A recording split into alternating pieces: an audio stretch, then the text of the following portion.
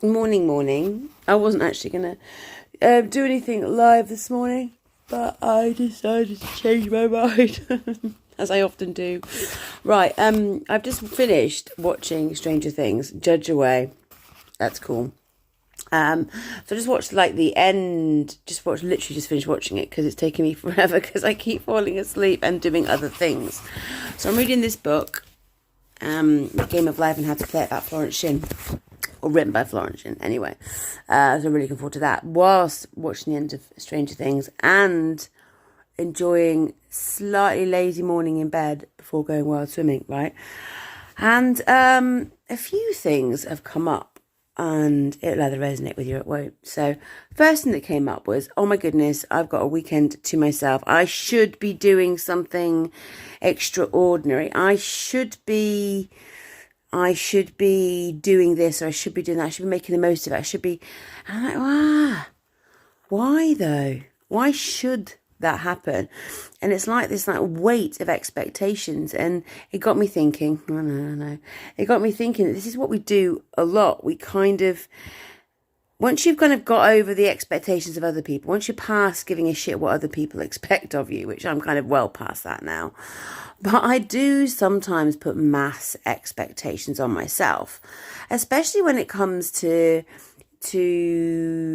living life and being the big adventure and things. I feel like I should want to do more. I should want to be this and that. And you think, well, maybe that's not entirely right. Maybe the shoulds and the expectations I'm putting on myself, maybe I should just expect myself to love every single moment, even if that is reading a book in bed on a Saturday morning. And I don't know how many of you can feel like this kind of, you can spend hours kind of the expectation of yourself. I should be making more homemade food. I should be doing this. I should be having more fun. It's real bullshit. So, like the weight of expectations and stuff like that's the first sort of thought that came into my head. I am, however, going to push some boundaries today, I've decided. Secondly, right, I have met loads and loads of people, and I got lots of acquaintances and a few very good friends. And whilst I was watching the end of Stranger Things, poignant, people read a lot into Stranger Things and stuff, but I suppose we all see things from our own perspective. And I was watching the end of it. I don't know if you've seen it. Oh, if you haven't seen it, cut off now, watch this later. But anyway, there's a point where people come together and they've all had the most like horrible, traumatizing moments. And so when we as people, we go through our own personal trauma, don't we? We go through our own personal darkest night of the soul, or we go through our own really, really hard moments. And we do that alone. We're meant to go through our stuff as in our head alone. And when we sort of come together and meet up with people, we then kind of almost, we're not in the trauma, so we're not living in it in that moment, and we kind of meet up with people and carry on, unbeknownst to the fact that they've also gone through some really shit times. And sometimes it's really good to remember that we can go through some really, really traumatic times and then come together and be with other people and know that they've had it too, or not. But I think sometimes we can be very wrapped up in the stuff that goes on for us, and we don't maybe realise that everybody's going through and has been through their own trauma. Some people talk about it, some people don't. And whoever you meet along the way would have gone through their very special version of, heartache and trauma, and they've had lessons that they've needed to learn. And just because they come out of it smiling doesn't mean it wasn't hard. And just because I remember this quote I've read, just because they wear it well doesn't mean it isn't heavy. And don't, as well, it's like sometimes you almost feel the need to shout from the rooftops how tough life has been. And I get that. Some people need to tell people how hard it's been because they're kind of still suffering from it or still kind of reeling from the trauma of it all. Just remember that everyone goes through their own special version of hell sometimes. And it doesn't have to define who you are. It might have defined you for a while. But it's like just because other people are showing happiness and, quite, carefree, loving life, doesn't mean they haven't been through this spectacular version of their own utter trauma. What it does mean is that there is always an option to be happy. And there's always an option not to live in it. And even if it's going on now, so even if you're going through a really tough time now, that doesn't necessarily mean that you need to immerse yourself in it all of the time. Sometimes it's okay just to get relief from the sadness or the hardness. And actually, the more you get some relief from it, the more your heart actually knows that you can experience happiness.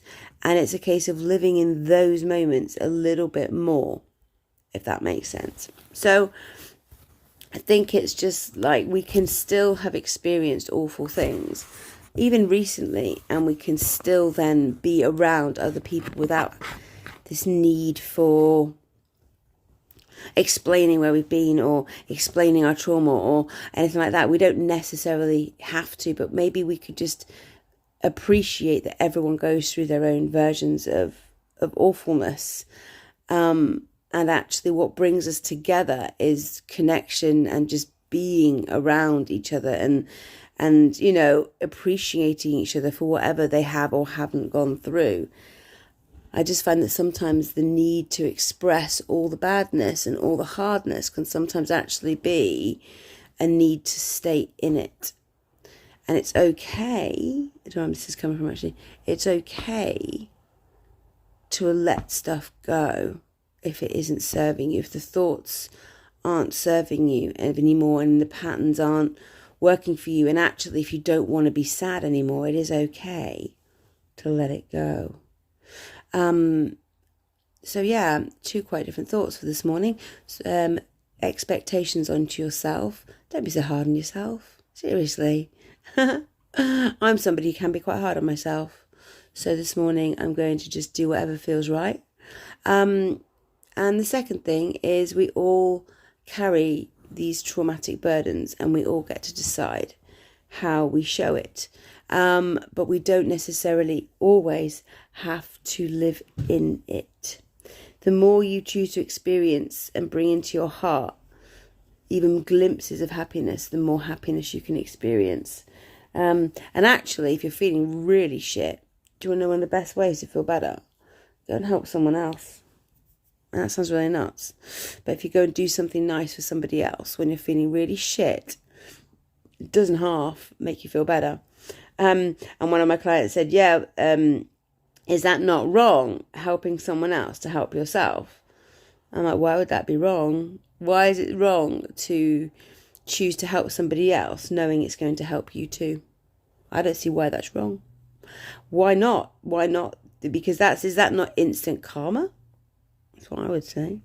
I would say that when you're choosing a different way to help yourself and that inadvertently helps somebody else, that's beautiful. If you choose to help yourself in a way that only helps you, that's cool. But if you choose to help yourself by helping someone else, that's freaking magic. Another thought, magic is everywhere. we have got very used to. I was talking to my daughter about this because she's like, but magic does exist, mummy. I'm like, yeah, of course it does. Because I was telling her things that, certain at Christmas time, I was telling her certain things that weren't true. And because I thought, I can't lie. I can't keep lying. There's no lies. I hate lies. Anyway, but magic. My mum was over yesterday, what about the Loch Ness Monster? I was like, I believe the Loch Ness Monster exists. I lived in Inverness for ages. Pretty damn sure the Loch Ness Monster exists, actually. Anyway, so I absolutely do. I also know that magic exists. The thing is, we've become really complacent to magic. Really complacent. Like, you put a tiny little seed in a bit of mud, a few weeks later you get a carrot. Like, I'm sorry, but how from nothing can grow something.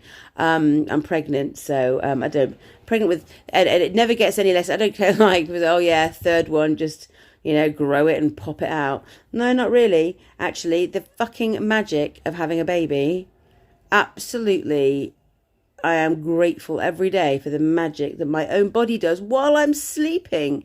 It's really honed to me like the art of, passive income and passive working, because I'm literally growing a nervous system whilst I'm having dreams, whilst I'm reading a book, whilst I'm watching telly, whilst I'm working. My body is busy growing a person. And I know that, people get bored of all that, but we shouldn't be getting bored of magic. We should be able to see how somebody's whole mood can change when somebody smiles at them. That is magic. You smile at somebody and you can change their day. Like, is that not magic? I don't know, like walking, just being able to walk and function. Magic.